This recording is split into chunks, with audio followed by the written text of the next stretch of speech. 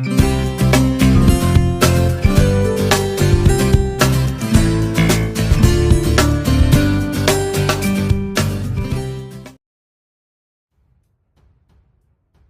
اللہ الرحمن الرحیم۔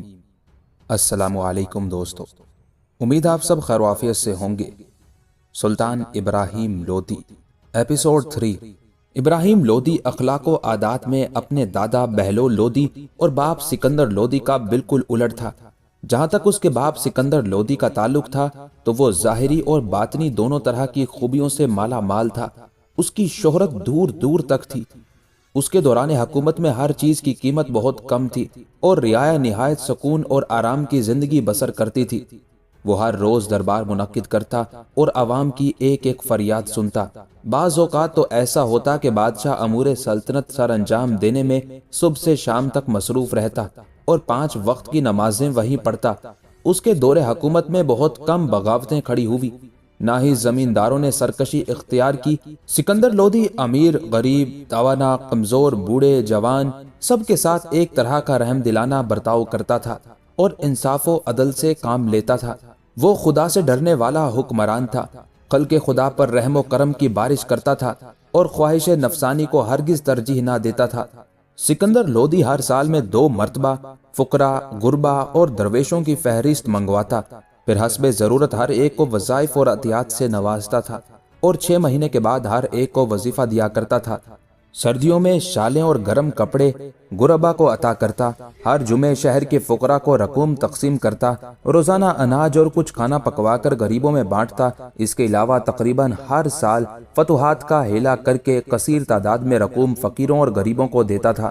اس کے دربار کا یہ عالم تھا کہ جو امیر اور درباری راہ خدا میں روپیہ دیتا، خیرات وغیرہ کرتا اور غریبوں کو وظیفہ دیتا، بادشاہ اس سے بہت خوش رہتا، کہتا کہ تم نے خیر و برکت کی بنیاد رکھی ہے، اس لیے کبھی امور دنیا میں ناکامی نہ ہوگی۔ جہاں تک ابراہیم لودھی کے دادا بہلول لودھی کا تعلق تھا تو وہ بڑی خوبیوں کا مالک تھا، مذہب اور شرع کا بہت پابند تھا۔ زیادہ تر سفر سیاحت میں فقراء درویش صفت لوگوں کی خدمت میں رہتا اور انہی کی محبت میں زندگی گزارتا۔ اپنے افغان بھائیوں سے بہت اچھا برتاؤ کرتا تھا اور افغانی امراء کے سامنے کبھی تخت پر جلوہ افروز نہ ہوتا تھا، بلکہ مساوات کے قانون کو مد نظر رکھتے ہوئے انہی کے ساتھ ہمیشہ فرش پر بیٹھ جاتا تھا۔ دہلی کو فتح کر کے جب دہلی کا خزانہ بہلول لودھی کے ہاتھ آیا تو سارا خزانہ اس نے ضرورت مندوں میں تقسیم کر دیا اور خود بھی دوسرے لوگوں کی طرح ایک ہی حصہ اپنے پاس رکھا۔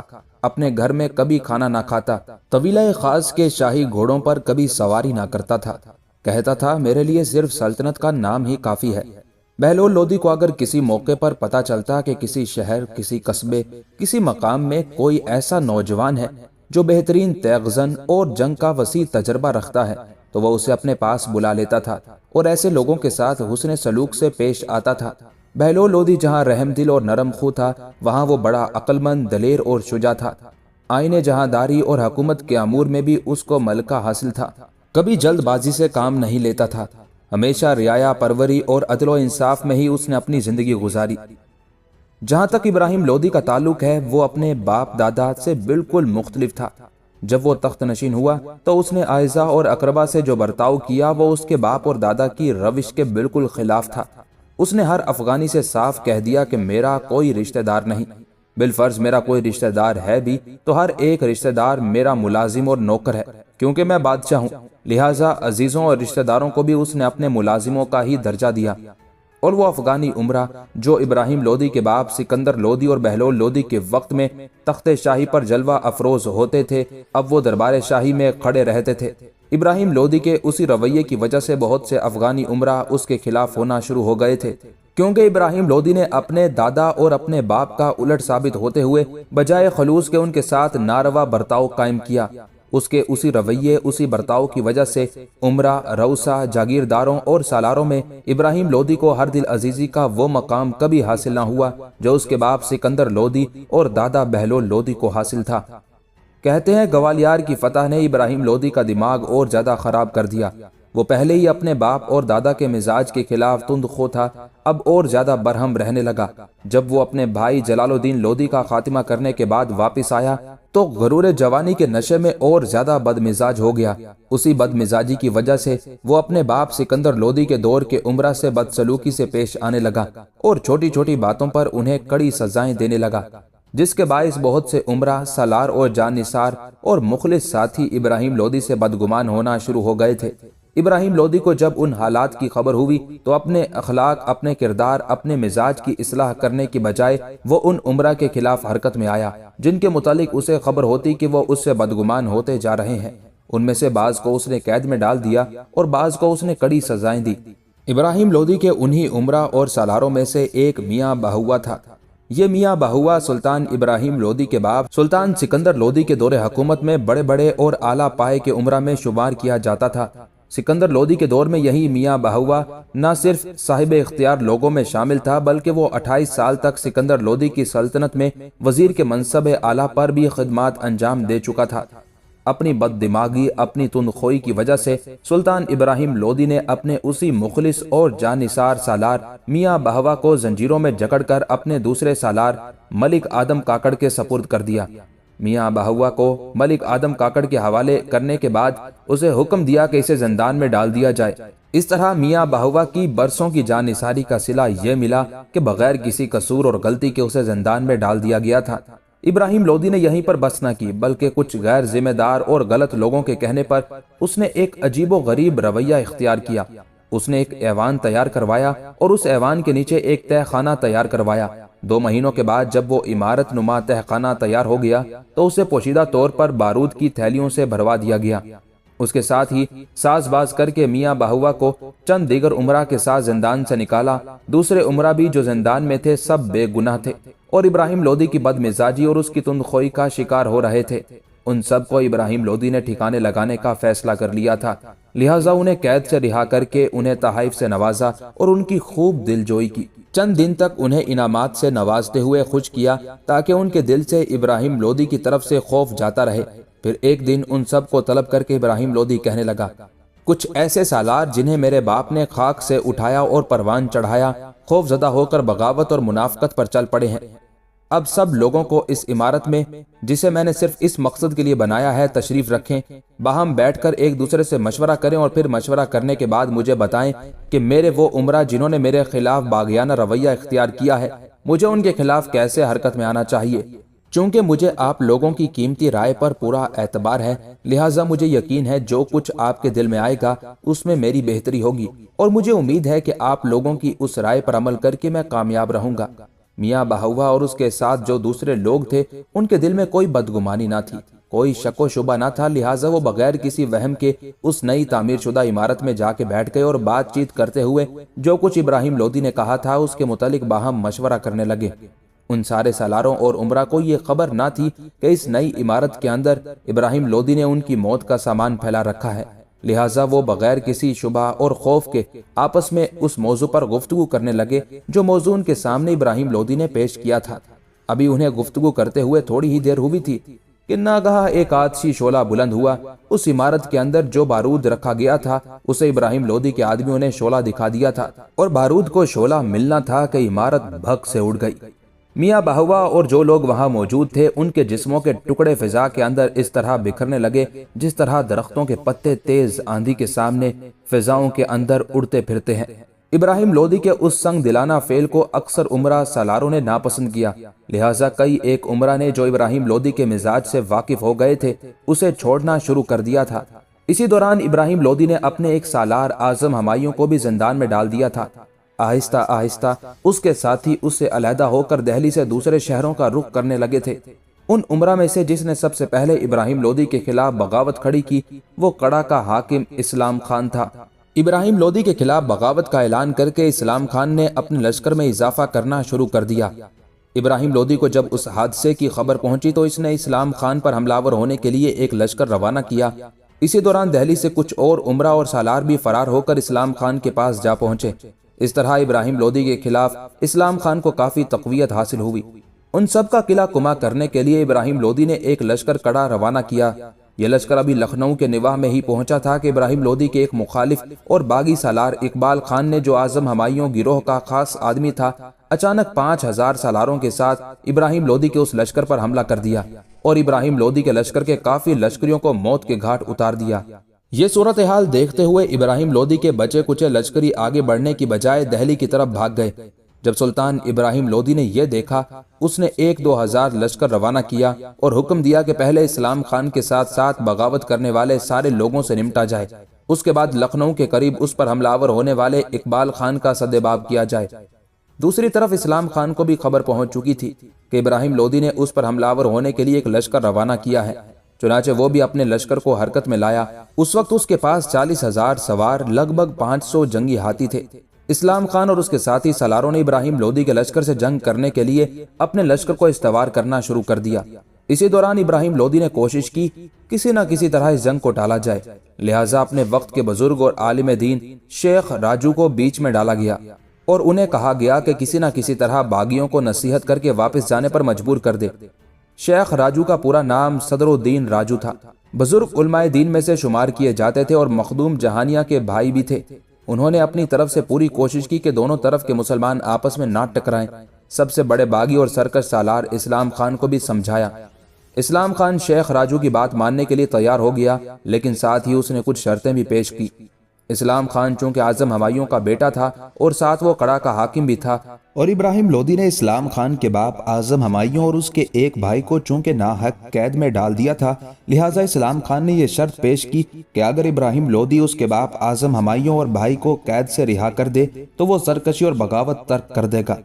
ابراہیم لودھی نے یہ بات ماننے سے صاف انکار کر دیا اور اس نے اپنے سالاروں کو پیغام بھیجا کہ پوری طاقت اور قوت کے ساتھ باغیوں کے خلاف حرکت میں آئے اور انہیں تباہ و برباد کر کے رکھ دیں۔ اس طرح صلح کی گفتگو ناکام ہوئی۔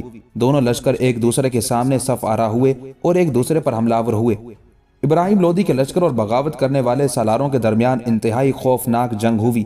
مورخین لکھتے ہیں کہ اس سے پہلے ایسی خوفناک جنگ ان علاقوں میں کسی آنکھ نے نہ دیکھی ہوگی۔ دونوں طرف سے لگ بھگ 4,000 تجربے کار سوار میدان جنگ میں اپنی زندگیاں ہار بیٹھے۔ میدان میں خون کی ندیاں بہنے لگی۔ قریب تھا کہ ابراہیم لودھی کے لشکر کو بدترین شکست ہوتی اور وہ بھاگ جاتا۔ اگر ایسا ہوتا تو یقیناً ابراہیم لودھی تاج و تخت سے محروم ہو جاتا، لیکن ابراہیم لودھی کی خوش قسمتی اور اسلام خان کی بدقسمتی، جنگ کے دوران اسلام خان جس ہاتھی پر بیٹھا ہوا تھا وہ بری طرح زخمی ہو گیا۔ زخمی ہونے کی وجہ سے وہ پلٹا اور اپنے ہی لشکر پر پل پڑا۔ اس کی طرف دیکھتے ہوئے دوسرے ہاتھی بھی پلٹے اور اپنے ہی لشکریوں کو روندنے لگے۔ اس طرح اسلام خان اور اس کے حمایتی سالاروں کے لشکر میں خلبلی مچ گئی تھی۔ ابراہیم لودھی کے لشکر نے جب یہ صورتحال دیکھی تو پوری طاقت اور قوت کے ساتھ حملہ کر دیا، جس کے نتیجے میں اسلام خان اور اس کے ساتھیوں کو بدترین شکست کا سامنا کرنا پڑا۔ اس ٹکراؤ میں اعظم ہمایوں کا بیٹا اسلام خان مارا گیا، اس کا ایک ساتھی سعید خان کچھ عمرہ کے ساتھ گرفتار کر لیا گیا۔ اس طرح وقتی طور پر ابراہیم لودھی کے خلاف یہ فتنہ دب گیا۔ ابراہیم لودھی کو جب اس فتح کی خبر ملی تو بے حد خوش ہوا۔ جن عمرہ نے بہادری اور جرأت مندی سے کام لیتے ہوئے اس فتح کو یقینی بنایا تھا، ان پر نوازشیں کی۔ اس کے باوجود ابراہیم لودھی کے دل سے اپنے سارے سالاروں کے خلاف جو کینہ تھا وہ ختم نہ ہوا، یہاں تک کہ وہ اپنے دوسرے 2 سالاروں کے خلاف بھی حرکت میں آیا۔ ان 2 سالاروں میں سے ایک میاں حسین خان اور دوسرا میاں معروف خان تھے۔ جہاں تک میاں حسین خان کا تعلق ہے تو اس سے متعلق کہا جاتا ہے کہ اس نے ابراہیم لودھی کے باپ سکندر لودھی کے دور حکومت میں بڑے کارہائے نمایاں سر انجام دیے تھے اور سکندر لودھی کے بہترین سالاروں میں اس کا شمار کیا جاتا تھا۔ اس کے علاوہ وہ بڑا سخی رعایا پرور تھا۔ اس کے متعلق مشہور مورخین ایک مشہور واقعہ بھی بیان کرتے ہیں۔ کہتے ہیں ایک دن ایک زرگر 3 بڑے بڑے مانگ ٹیکے جن میں بڑے قیمتی جواہرات جڑے ہوئے تھے لے کر میاں حسین خان کی خدمت میں حاضر ہوا۔ اس وقت شام کا وقت تھا۔ حسین خان کے سامنے سفید رنگ کی ایک چادر بچھی ہوئی تھی۔ زرگر نے وہ تینوں مانگ ٹکے اس سفید چادر پر رکھ دیے۔ سفید چادر کے قریب ہی ایک مشعل جل رہی تھی جس کی روشنی سے ان مانگ ٹکوں کے جواہرات ستاروں کی طرح چمک رہے تھے۔ اس موقع پر میاں حسین خان کا ایک دوست اور مصائب حمید خان بھی وہاں بیٹھا ہوا تھا۔ میاں حسین خان کچھ دیر تک ان دونوں تینوں مانگ ٹکوں کا جائزہ لیتا رہا، پھر زرگر کو مخاطب کر کے پوچھا، ان پر کتنا روپیہ صرف ہوا ہوگا؟ اس زرگر نے کہا، یہ جو مانگ ٹکا دائیں جانب ہے اس پر 5 لاکھ، دوسرے پر 3 لاکھ اور تیسرے پر 2 لاکھ کا خرچ آیا ہے۔ اس اثنا میں میاں حسین خان نے اپنے دوست حمید خان کی طرف دیکھا اور پوچھا، میرے دوست تیرے خیال میں کون سا مانگ ٹکا میں تجھے عطا کروں گا؟ حمید خان نے بڑی عاجزی سے کہا، جن کے لیے تیار کیے گئے ہیں انہی کو مبارک ہو۔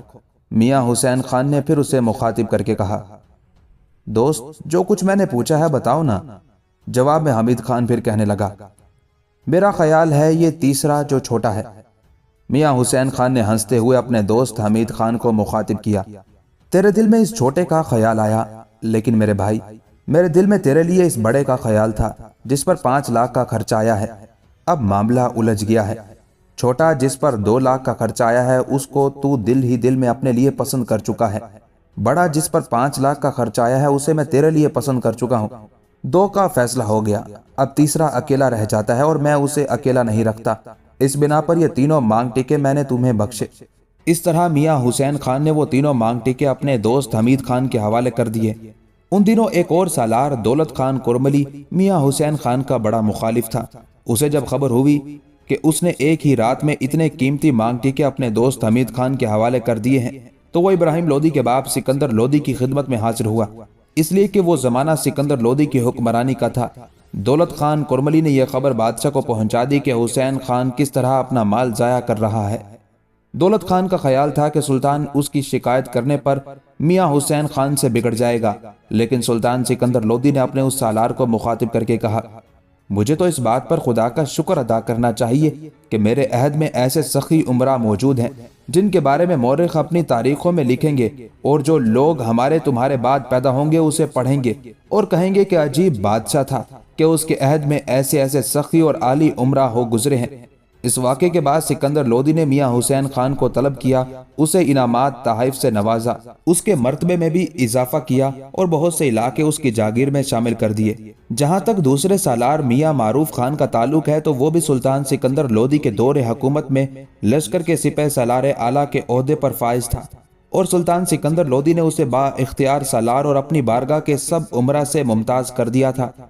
ان دونوں بزرگ سالاروں کے خلاف ابراہیم لودھی ان دنوں ہوا جن دنوں رانا سانگا مسلمانوں کی سلطنت کے خلاف پر پرزے نکالنے لگا تھا، لہٰذا ابراہیم لودھی نے رانا سانگا پر حملہ آور ہونے کا فیصلہ کیا۔ اس مقصد کے لیے اس نے ایک لشکر تیار کیا۔ اس لشکر کا کماندار ابراہیم لودھی نے اپنے ایک نئے سالار میاں ماخن کو مقرر کیا۔ اپنے اور اپنے باپ کے وقت کے بزرگ سالاروں میاں محمد حسین خان اور میاں معروف خان دونوں کو نئے سالار میاں ماخن کے ماتحت رکھتے ہوئے اس لشکر میں شامل کیا۔ حالانکہ وہ دونوں ایسے عجوبہ روزگار تھے کہ بڑے بڑے سالاروں کو آئینہ حرب و ضرب دکھا دیتے تھے۔ دونوں نے ابراہیم لودھی کے باپ سکندر لودھی کے عہد میں بہت سے قلعے بزور شمشیر فتح کیے تھے۔ بہرحال ان دونوں کی بے عزتی کرتے ہوئے ان دونوں کو میاں ماخن کے ماتحت کر کے ابراہیم لودھی نے رانا سانگا کا مقابلہ کرنے کے لیے روانہ کر دیا۔ ابراہیم لودھی اگر یہیں تک بات کو بڑھاتا تو شاید معاملہ ختم ہو جاتا، لیکن ابراہیم لودھی نے مزید بددیانتی اور سازش سے کام لیتے ہوئے لشکر کی روانگی کے بعد کچھ قاصد نئے سالار میاں ماخن کی طرف روانہ کیے اور اسے خفیہ طور پر یہ پیغام دیا کہ جب بھی موقع ملے حسین خان اور معروف خان دونوں کو پکڑ کر گرفتار کر کے میری طرف بھیج دینا تاکہ میں ان دونوں کا خاتمہ کر سکوں۔ میاں ماخن کو جب یہ پیغام ملا تو اس نے ایک بہانہ بنا کر معروف خان سے ملاقات کی۔ بہانہ یہ تھا کہ لشکر کی روانگی کے چند روز پہلے معروف خان کے پاس گیا۔ اب میاں ماخن کی بدقسمتی کے دوسری طرف کچھ مخلص لشکریوں نے میاں حسین خان اور میاں معروف خان کو بھی ابراہیم لودھی کے ارادوں سے آگاہ کر دیا تھا۔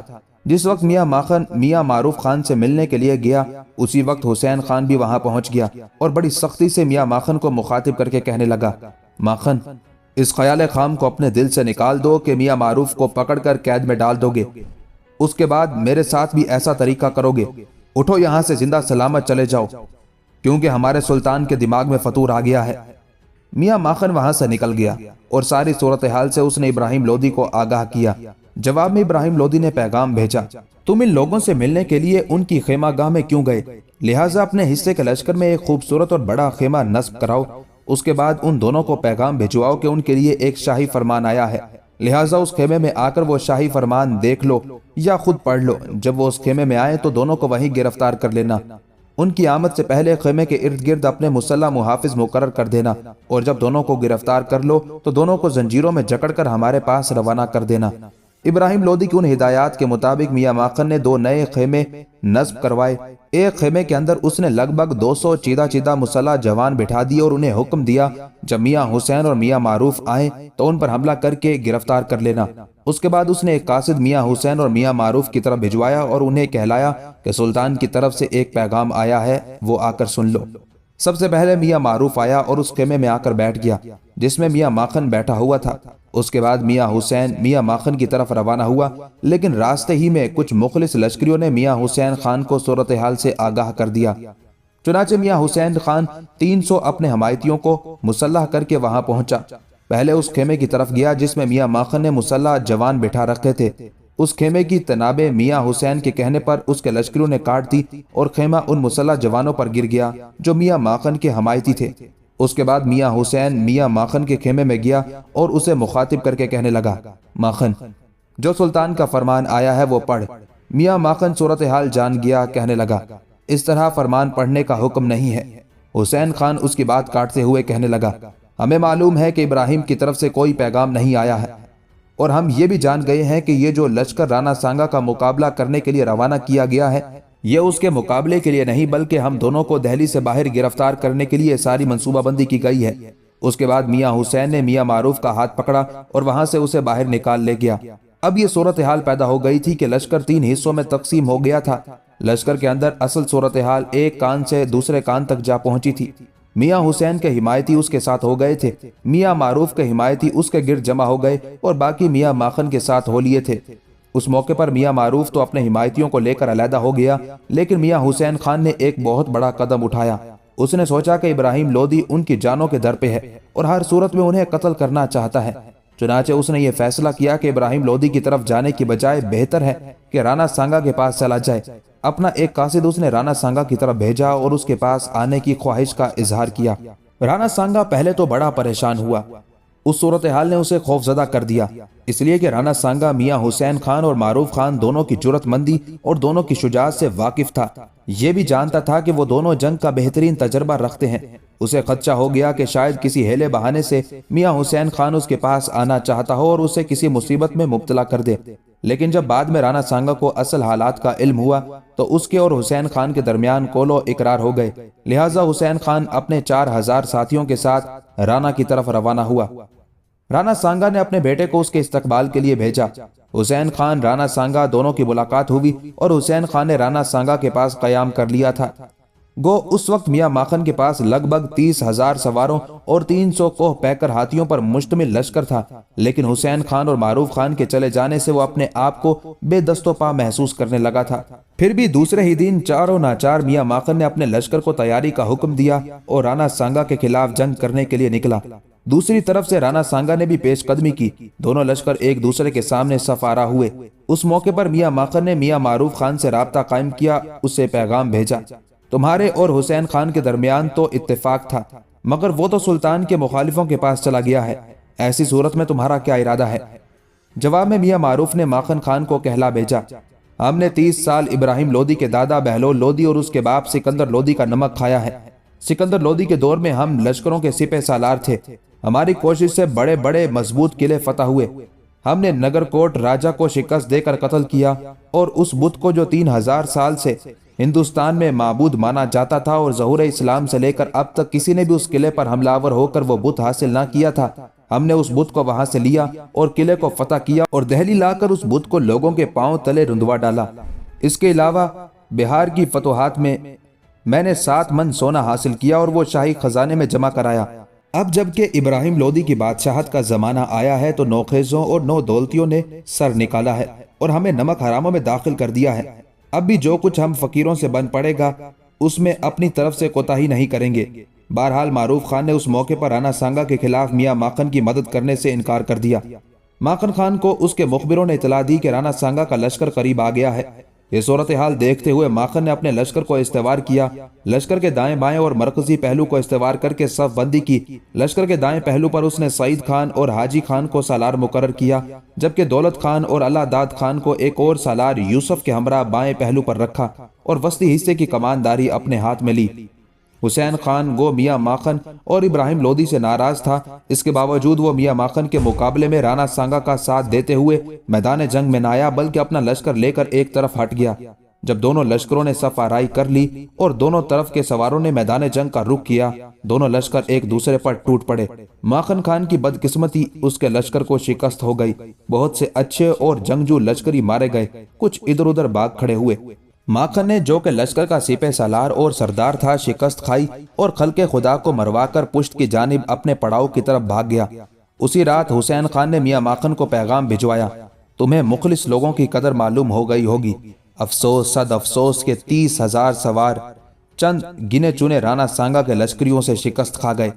اب اس نمک حلالی کو جو بندگان مخلص کی سرشت میں رکھی گئی ہے دیکھنا۔ اس کے بعد حسین خان نے معروف خان کو پیغام بھیجا، میں رانا سانگا سے علیحدہ ہو چکا ہوں، ماخن کو شکست ہوئی ہے اور ہم نے اس شکست کا بدلہ لینا ہے۔ آج جب آدھی رات گزر جائے تو اپنے لشکر کو لے کر جنگ کے لیے تیار رہنا اور مجھ سے آن ملنا۔ وقت اور ابراہیم لودھی نے ماخن کی سرداری کو دیکھ لیا، اب ہم پر واجب ہے کہ سلطان کا حق نمک ادا کریں۔ اس کے باوجود کہ وہ اپنے باپ کے زمانے کے خیر اندیش بندوں کی قدر نہیں پہچانتا، لیکن ہم نے حق نمک ادا کرنا ہے تاکہ لوگ مجھے اور تمہیں آنے والے دور میں تانا نہ دیں کہ 30 سال سلطان لودھی کا نمک کھایا اور اس کے عمرہ قبار میں ہونے کے باوجود نمک حرامی کی اور مخالفوں سے جا ملے۔ الغرض معروف خان نے اپنے 6,000 ساتھیوں کو ساتھ لیا اور جو جگہ مختص کی گئی تھی وہاں پہنچ گیا۔ دوسری طرف سے حسین خان بھی اپنے حصے کے لشکر کے ساتھ وہاں پہنچ گیا۔ دونوں لشکر اکٹھے ہو گئے۔ رانا سانگا کے کچھ لشکری اس وقت فتح سے مفرور ہو کر عیش و عشرت میں مشغول تھے، کچھ جاگ رہے تھے، کچھ سو رہے تھے۔ اس موقع پر حسین خان اور معروف خان دونوں حرکت میں آئے۔ رات کی گہری تاریکی میں رانا سانگا کے لشکر پر حملہ آور ہوئے۔ اندھیرے میں تلواریں اور ڈھالیں حرکت میں آنے لگی، قتل عام شروع ہو گیا۔ حسین خان اور معروف خان نے ایسے زوردار اور شدت کے حملے کیے کہ رانا سانگا کے لشکر کے ایک بہت بڑے حصے کو انہوں نے کاٹ کر رکھ دیا۔ خود رانا سانگا بھی بری طرح زخمی ہوا اور اپنے بچے کچے لشکر کو لے کر بھاگ کھڑا ہوا۔ اگلے روز صبح یہ اطلاع جب ماخن کو پہنچی تو وہ بہت شرمندہ ہوا۔ اسی دوران ماخن کے لشکر میں جو حسین خان اور معروف خان کے حمایتی تھے، انہوں نے دونوں کی فتح کی خبر دہلی میں ابراہیم لودھی کی طرف روانہ کر دی۔ جس وقت ابراہیم لودھی کو یہ خبر ملی، اسی دوران معروف خان اور حسین خان کو رانا سانگا کے ساتھ جنگ کے دوران جو اس کے پڑاؤ سے اشیاء ملی تھی، ان میں سے دونوں نے 15 ہاتھی، 300 عمدہ گھوڑے اور دیگر بہت سا قیمتی مال غنیمت ابراہیم لودھی کی طرف بھجوا دیا۔ اس صورتحال سے سلطان بڑا خوش ہوا اور اس نے دہلی میں خوشیاں منانے کا حکم دیا۔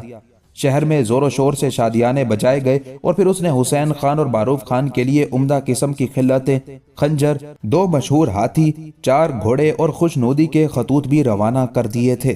دوستو، آپ سے گزارش ہے کہ اگر آپ نے ابھی تک ڈیجیٹل اردو لائبریری چینل کو سبسکرائب نہیں کیا تو سبسکرائب کر لیں اور ساتھ میں موجود بیل کے بٹن کو لازمی دبا دیں تاکہ ہر نئے آنے والی ویڈیو کا نوٹیفیکیشن آپ کو بر وقت مل سکے، اور ہماری حوصلہ افزائی کے لیے ہماری ویڈیو کو لائک اور کمنٹ میں اپنی رائے کا اظہار لازمی کیا کریں۔